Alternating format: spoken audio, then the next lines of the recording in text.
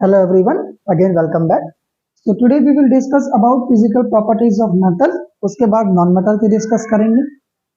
ठीक है, चलिए पहले बात करते हैं फिजिकल प्रॉपर्टीज. फिजिकल प्रॉपर्टी मतलब मेटल मोस्टली किस तरह फिजिकली रिएक्ट करता है, फिजिकली वो होता कैसा है.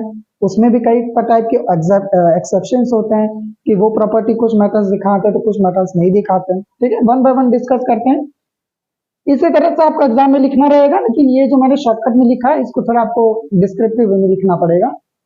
Physical state, all are in solid state except mercury. Hg का मतलब होता है मर्क्यूरी. ठीक है, मोस्टली जो अपने मेटल्स होते हैं वो सॉलिड स्टेट में ही होते हैं.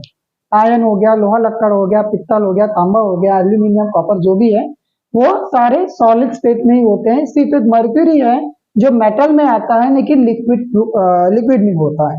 ठीक है, ऑर्डिनरी टेम्परेचर जो होता है या रूम टेम्परेचर में मर्क्यूरी हमेशा लिक्विड स्टेट में होता है. इतनी चीजें फिजिकल स्टेट में लिखना है.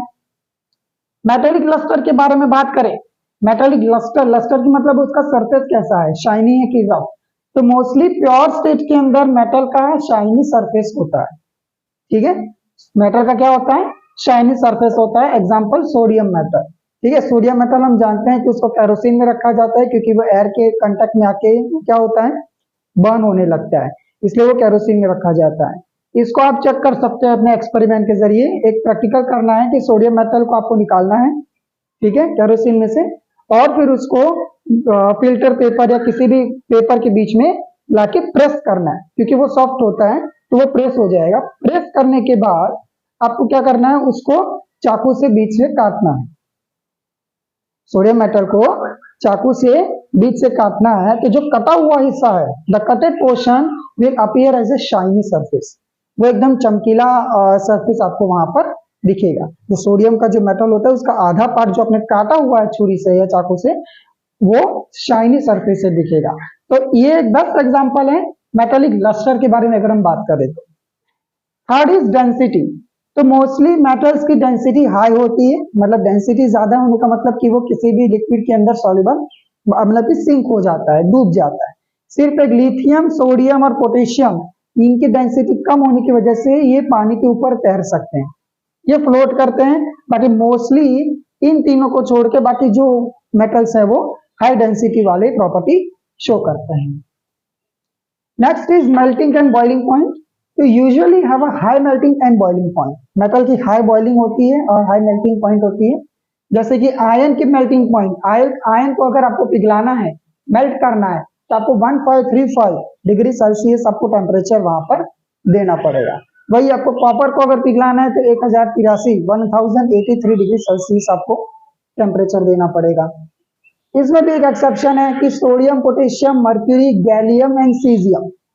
Sodium, potassium, mercury, gallium and caesium, they have a low melting point. ठीक है, यानी कम टेम्परेचर में वो मेल्ट हो जाएगा. ठीक है, ऐसे इसी टाइप की प्रॉपर्टी बॉइलिंग में भी होती है. बात करते हैं मेलिबिलिटी. मेलिबिलिटी का मतलब होता है कि कितना ठोक ठोक के हम उस मेटल को थिन शीट्स के अंदर कन्वर्ट कर सकते हैं. ठीक है, वो मेलिबिलिटी मतलब कितना हम उसका शेप चेंज कर सकते हैं. ये बहुत इंपॉर्टेंट प्रॉपर्टी है मेलिबिलिटी. और इसके बाद अभी पढ़ेंगे डक्टिलिटी.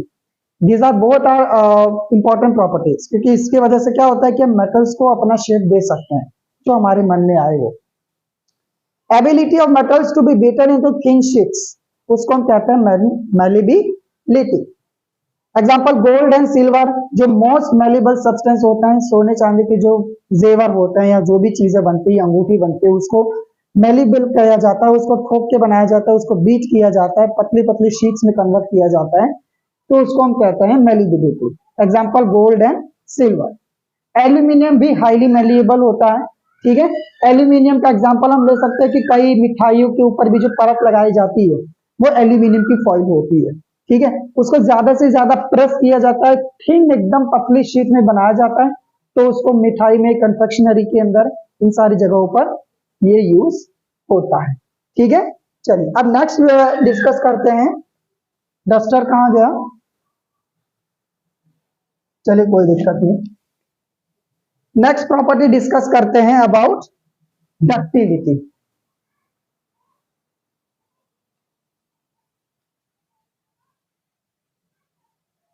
डक्टिलिटी का मतलब होता है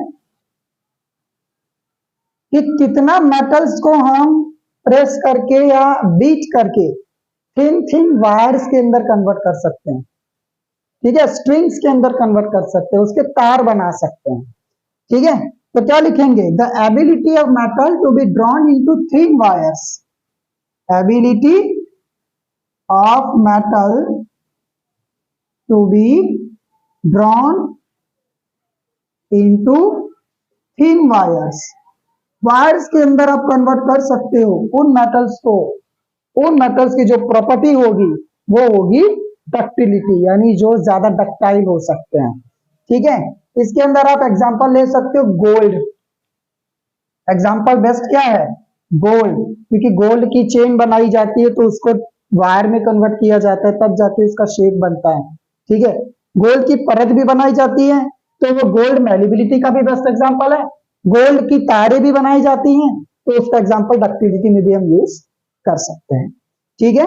एक और है that is copper, iron, aluminium, ये सारे भी डक्टाइल होते हैं, ठीक है। कॉपर भी होता है, कॉपर के वायर भी यूज होते हैं, ठीक है। एल्यूमिनियम के भी वायर यूज होता है, एल्यूमिनियम हाईली डक्टाइल होता है, इसको ज्यादातर एल्यूमिनियम के जो वायर्स हैं वो इलेक्ट्रिक डिपार्टमेंट के अंदर, इलेक्ट्रिसिटी पावर हाउस के अंदर एल्यूमिनियम के वायर यूज ज्यादा होते हैं, ठीक है। एक नेक्स्ट प्रॉपर्टी है हार्डनेस की, 3 से 4 पॉइंट्स आपको लिखना है हर एक प्रॉपर्टीज के अंदर। नेक्स्ट इज हार्डनेस, तो मोस्टली मेटल्स जो होते हैं वो हार्ड होते हैं, mostly all metals are hard in nature, mostly जो सारे मेटल्स होते हैं वो सारे हार्ड होते हैं, मजबूत होते हैं। एक सोडियम, पोटेशियम, लिथियम, ये सारे कुछ मेटल्स होते हैं जो सॉफ्ट नेचर में होते हैं, ठीक है। एक ये प्रॉपर्टी हो गई, 2-3 लाइन इसके बारे में लिख देना है, जैसे टंगस्टन हो गया, आयरन हो गया, कॉपर हो गया, ये इतने ज्यादा हार्ड होते हैं कि उसको आप काट भी नहीं सकते, छुरी लो किसी से भी लो आप उसको काट के डिवाइड नहीं कर सकते। तो ये उसकी 2-3 एग्जांपल आपको हार्डनेस में लिखनी है। नेक्स्ट है tensile strength, tensile strength, video थोड़ा लंबा होगा। टेंसाइल स्ट्रेंथ, टेंसाइल स्ट्रेंथ का मतलब कि ऐसे मेटल्स का यूज करना जो बाकी वजन को उठा सकता हो, ठीक है। अगर मैं प्रॉपर डेफिनेशन लिखूं, the capacity of a metal to withstand strain, capacity of metal to withstand strain, strain मतलब कि तनाव अपने अंदर एब्जॉर्ब कर सकता हो, तनाव अपने अंदर सब बर्दाश्त कर सकता हो, ऐसा मेटल्स। जैसे लोहा होता है तो लोहे के कई जगह, आयरन जैसे हो गया, एग्जांपल मैं लूं आयरन की, तो आयरन का ज्यादातर यूज कहाँ होता है, बहुत जगह यूज होता है जहां पर वजन कांटा बनाने के लिए या कहीं ऐसी जगहों पर यूज होता है जो ज्यादा से ज्यादा वजन उठा सकता हो, अपने अंदर वो स्ट्रेंथ, जो टेंसाइल स्ट्रेंथ जो होती है वो अपने पर रख सकता हो, ठीक है। तो आयरन की अगर हम बात करें तो हाईली टेंसाइल स्ट्रेंथ, अगर हम बात करें मेटल की तो आयरन हम एग्जांपल में लिख सकते हैं, ठीक है। बात करते हैं इलेक्ट्रिकल कंडक्टिविटी, इलेक्ट्रिकल कंडक्टिविटी के अंदर मैं बता दूं तो इलेक्ट्रिकल कंडक्टिविटी मेटल्स की होती है, ठीक है, क्योंकि मेटल्स इलेक्ट्रॉन क्या करता है, लूज करता है, हमने पढ़ा था। तो इलेक्ट्रिकल कंडक्टिविटी ज्यादातर मेटल्स में होती है। मेटल्स की बात करें तो गुड कंडक्टर ऑफ इलेक्ट्रिसिटी होती है, वो बहुत अच्छे से और आसानी से करंट को एब्जॉर्ब कर सकते हैं, जैसे कॉपर मेटल हो गया, एल्यूमिनियम मेटल हो गया, ठीक है। ये सारे जो मेटल्स होते हैं ये इलेक्ट्रिक कंडक्टिविटी अगर बात करें तो इनकी अच्छी होती है, ठीक है। इसका एक एग्जांपल भी यहाँ पर दिया है, एक एक्टिविटी आप पढ़ सकते हो कि मान लो कि कुछ इस टाइप का लगा हुआ है, जैसे कि यहाँ बैटरी लगा हुआ है और यहाँ बल्ब लगा हुआ है, ठीक है, और यहाँ पर वो पिन लगा हुआ है, इसको क्रोकोडाइल पिन कहते हैं, ठीक है, और यहाँ पर स्विच लगा हुआ है। क्रोकोडाइल पिन मतलब जैसे कि ये कॉलर माइक है, तो ये कॉलर माइक की ये जो पिन होती है इस टाइप की, ये क्रोकोडाइल पिन होती है, ठीक है, क्योंकि उसका मुंह जो होता है वो क्रोकोडाइल जैसा होता है, इस चीज को क्रोकोडाइल पिन कहा जाता है। तो इस टाइप का कुछ मैंने लगाया है, यहाँ बैटरी लगाया हुआ है, ठीक है, यहाँ आपकी जो है क्या है, कंडक्टिविटी है, क्रोकोडाइल पिंस लगाई हुई है। अब यहाँ मैं यहाँ बल्ब लगाया है, यहाँ स्विच लगाया हुआ है, यहाँ मैं स्विच चालू भी कर दूं तो भी ये बल्ब जलेगा नहीं। कब तक नहीं जलेगा? जब तक यहाँ मैं कोई मेटल को नहीं रखूंगा। फॉर एग्जाम्पल मैंने एल्यूमिनियम के मेटल को वहां रख दिया, इन दोनों पॉइंट्स को टच करा दिया और बाद में मैं स्विच चालू कर रहा हूं तो यहाँ पर करंट फ्लो होगा, बैटरी वर्क करेगी और बल्ब जल जाएगा। इससे ये पता चलता है कि जो मेटल होता है वो बहुत अच्छा कंडक्टर होता है इलेक्ट्रिसिटी को पास करने के लिए, ठीक है। तो एक एग्जांपल ये अपने से आप लिख सकते हो, ऐसे डायग्राम बना देना है अच्छे से और 2 3 4 लाइंस लिख देनी है, ठीक है, ताकि जो आपका जो कंटेंट है वो ज्यादा बड़ा हो जाएगा। बात करते हैं अब इसके ऊपर ये भी होता है कि कंडक्टिविटी जैसे एल्यूमिनियम की होती है, हमारे घर में भी जो यूज होते हैं तार यूज होता है, कॉपर का होता है, एल्यूमिनियम का तो बहुत कम यूज होता है, बट कॉपर का ज्यादा यूज होता है। उसके ऊपर कोटिंग भी लगाई गई होती है, ठीक है, या तो रबर की कोटिंग होती है या तो पीवीसी की कोटिंग होती है, पॉलीविनाइल क्लोराइड की, ठीक है। वो इंसुलेटर की तरह बिहेव करता है कि ताकि हम तार को निकाल सके, लगा सके, तो उसके मतलब छूने पर हमें करंट ना लगे, ठीक है। तो ये चीजें आप अपने वे से अपने मतलब तरीके से आप लिख सकते हो। नेक्स्ट प्रॉपर्टी है थर्मल कंडक्टिविटी। थर्मल कंडक्टिविटी की बात करें तो मेटल की थर्मल कंडक्टिविटी हमेशा अच्छी और ज्यादा होती है, ठीक है। यहाँ पर थर्मल कंडक्टिविटी में एक एग्जांपल से समझेंगे, मतलब कि एक एक्टिविटी से, थर्मल कंडक्टिविटी, ठीक है। वीडियो में अगर स्पीड हो रहा है तो आप अपने अपने बेस से आप उसकी स्पीड बढ़ा के आप देख सकते हो। थर्मल कंडक्टिविटी के अंदर आपको लेना क्या है, यहाँ पर स्टैंड लेना है कुछ इस टाइप का, यहाँ पर आपको मेटल की रॉड लगानी है, ठीक है। फॉर एग्जाम्पल कॉपर की रॉड लगा दो, यहाँ आपको लगाना है एक पिन लगाना है, जो कील होती है ना, या बोल्ट लगाना है, जो भी आपके पास हो, और यहाँ पर वैक्स के जरिए उसको चिपका देना है, ठीक है। और यहाँ मैं बर्नर लूंगा, फॉर एग्जाम्पल ये बर्नर है कुछ इस टाइप का, और यहाँ पर स्टैंड लगा हुआ है, ठीक है। अब यहाँ पर ये थर्मल कंडक्टिविटी में कैसे पता लगाएंगे कि फॉर जैसे जैसे मैं इसको टेम्परेचर बढ़ाऊंगा, जैसे जैसे ये रॉड को मैं गर्म करूंगा बर्नर से, तो बर्नर गर्म होते होते यहाँ पर क्या होगा, ये वैक्स भी गर्म हो जाएगा, ये वैक्स भी गर्म हो जाएगा, और वैक्स गर्म होगा तो क्या होगा, पिघल जाएगा, और पिघल जाएगा तो ये जो किल है वो गिर जाएगी, ठीक है। इससे ये पता चलता है कि जो हीट जो है, जो थर्मल का मतलब हीट कंडक्टिविटी जो है वो अब धीरे धीरे वो पूरे रॉड के अंदर पास होती रहती है।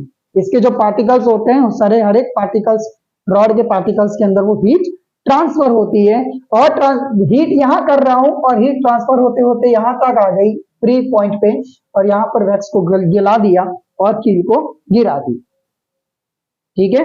इससे पता चलता है कि जो मेटल्स जो होते हैं they have a good thermal conductivity, ठीक है। ये जो मेटल आयन जो लिया है, मेटल रॉड, इसके जरिए पता लगा सकते हैं कि मेटल रॉड की कंडक्टिविटी ज्यादा होती है, ठीक है। ये चीज हुई।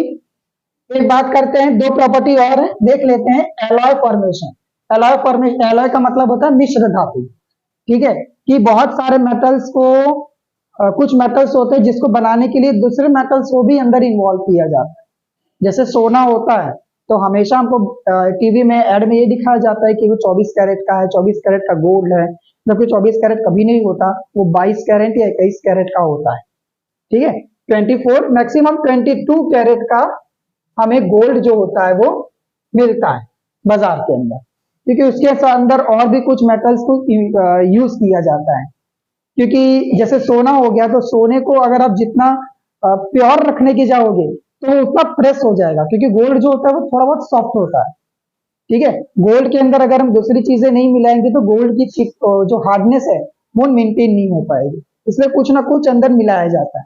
तो हम कह सकते हैं कि गोल्ड भी एलॉय है, ठीक है। जैसे ब्रास हो गया, टीन, कॉपर, एल्यूमिनियम, ऐसे बहुत सारी चीजें बना के मिक्स करके एक चीज बनाई जाती है, तो उसको हम क्या कहेंगे, एलॉय। एलॉय मतलब मिश्र धातु, mixture of metals, that is called alloy.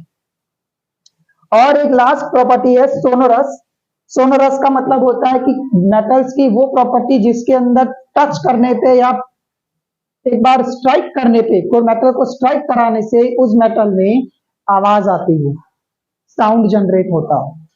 तो हम कह सकते हैं कि मेटल्स की सोनोरस प्रॉपर्टी जो होती है वो ज्यादा होती है। ठीक है, जितना आप उसको ठोकोगे, किसी से भी लगाओगे तो उसके अंदर आवाज जनरेट होती है ना। जैसे आप खुरपा या दराती ठोक ठोक के सीधा कर दो, तो जैसे जैसे आप ठोकते रहते हो तो उसके अंदर खटन खटन आवाज आती है। ठीक है, तो कह सकते हैं कि मेटल के अंदर वो प्रॉपर्टी है सोनोरस प्रॉपर्टी, जिसके जरिए आप कितना भी उसके ऊपर बीट करोगे, स्ट्राइक करोगे, उतना वो आवाज करता है। ठीक है, तो एक इंटेंस साउंड वहां पर प्रोड्यूस होता है, जैसे स्कूल के अंदर बेल यूज होता है। ठीक है, स्कूल बेल के अंदर भी आपने देखा होगा कि जो ऐसे ही छुआ रहता है और जैसे ही वो स्विच चलाता है तो ऐसे ऐसे बराबर तेज बजाने लगता है स्कूल बेल के अंदर। तो उससे क्या होता है, वो होता क्या है, किस मेटल, किस चीज का बना होता है, एक मेटल ही होता है। ठीक है, तो ये एक प्रॉपर्टी है सोनोरस प्रॉपर्टी की, और इसको सोनोरिटी भी कह सकते हैं। ठीक है, क्या कहेंगे, सोनोरिटी। ठीक है, तो इतनी प्रॉपर्टीज आपको लिखनी रहेंगी।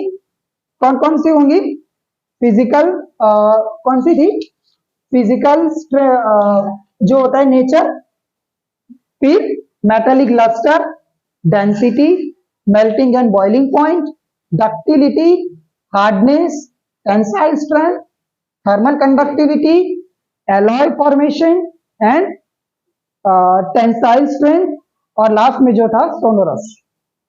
ठीक है, सोनोरस प्रॉपर्टी, इतने प्रॉपर्टीज। और मुझे लगता है क्वेश्चन आ सकता है, क्योंकि इसकी प्रॉपर्टीज सारी लिखोगे तो 2-3 लाइन सबके अंदर आएंगी, उतना आप लिख दोगे तो आपका जो स्कोर है वो उस क्वेश्चन का बन जाएगा। ठीक है, चलिए आज के लिए इतना ही रखते हैं। नेक्स्ट वीडियो के अंदर हम डिस्कस करेंगे physical properties of non metal. तब तक के लिए गुड बाय।